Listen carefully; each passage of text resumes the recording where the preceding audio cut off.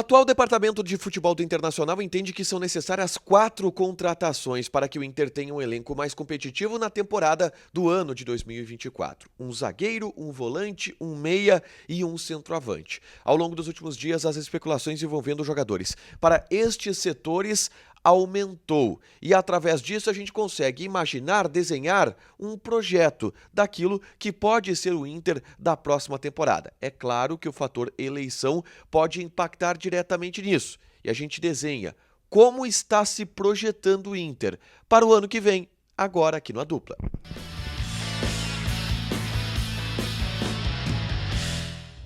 Tudo bem, gente? Obrigado pela participação aqui. Não esquece de deixar teu like, te inscrever, de ativar as notificações. Bora falar do Internacional aqui no A Dupla. E nesse vídeo eu quero ajudar a desenhar o Inter que está se projetando para o ano de 2024, através das especulações, das sondagens, das conversas que existem para reforços visando o ano que vem. A gente sabe que o objetivo do atual departamento de futebol, o entendimento do atual departamento de futebol é que são necessárias 4 contratações a nível de titularidade. E os jogadores para essas 4 funções já foram especulados. E eu falo sobre isso aqui. Antes, eu convido vocês a baixarem o aplicativo da Zapay. Z-A-P-A-Y, Zapay.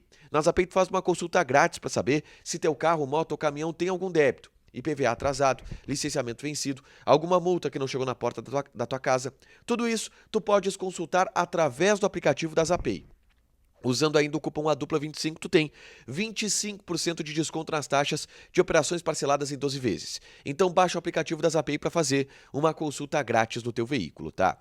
O Lucas Colar, do Vozes do Gigante, trouxe a informação nesta segunda-feira de que o Inter está observando e monitorando a situação do zagueiro Rodrigo Caio, de 30 anos, multicampeão pelo Flamengo e que está em um fim de ciclo no clube carioca e observando possibilidades de propostas de outros clubes do futebol europeu, mas também do futebol brasileiro. E o Inter estaria interessado em trazer este jogador.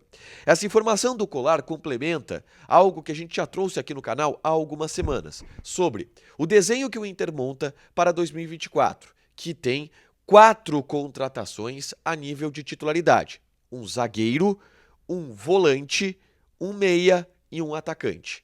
Um atacante para fazer companhia ao Ener Valencia, um meia para ser um reserva de Alan Patrick, um cara que possa também jogar na do Maurício, um primeiro volante para ser titular, já que o Johnny sai no final do ano, e também um zagueiro para ser titular, para que tenha 3 zagueiros titulares, Mercado, Vitão e mais um.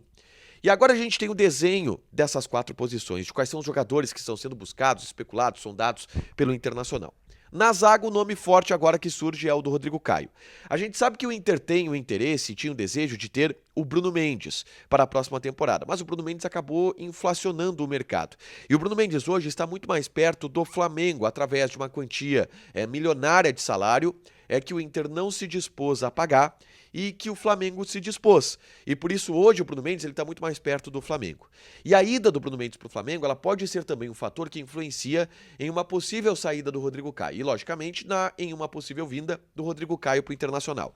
Então a gente pode desenhar o Rodrigo Caio no Inter em 2024 ou sendo um cara com uma projeção para que tenha um avanço nas conversas com o Internacional.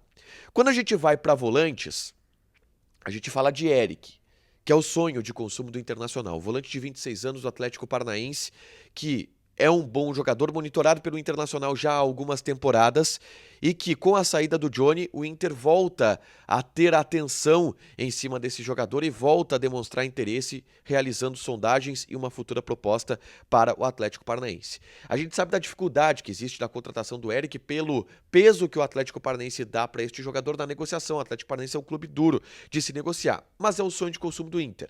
E Rômulo, Gabriel e Eric é o sonho de uma trinca de volantes que o Inter pode ter para esta temporada. Então, se o Inter for contratar um volante, vai ser do nível do Eric. Um cara que chegue para ser titular e que possa jogar em outras funções também e que tem um dinamismo. O Inter é encantado, de certa forma, por esse jogador e por isso tem tanto interesse nele já há algumas temporadas, tá?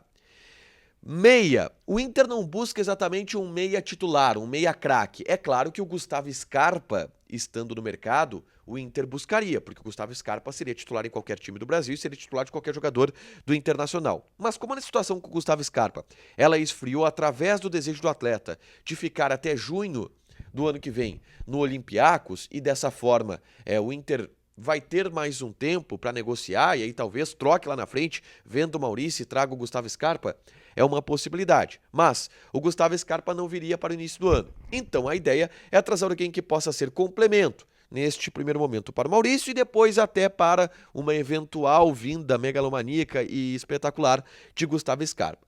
E o nome que surge para esta posição é o de Johan.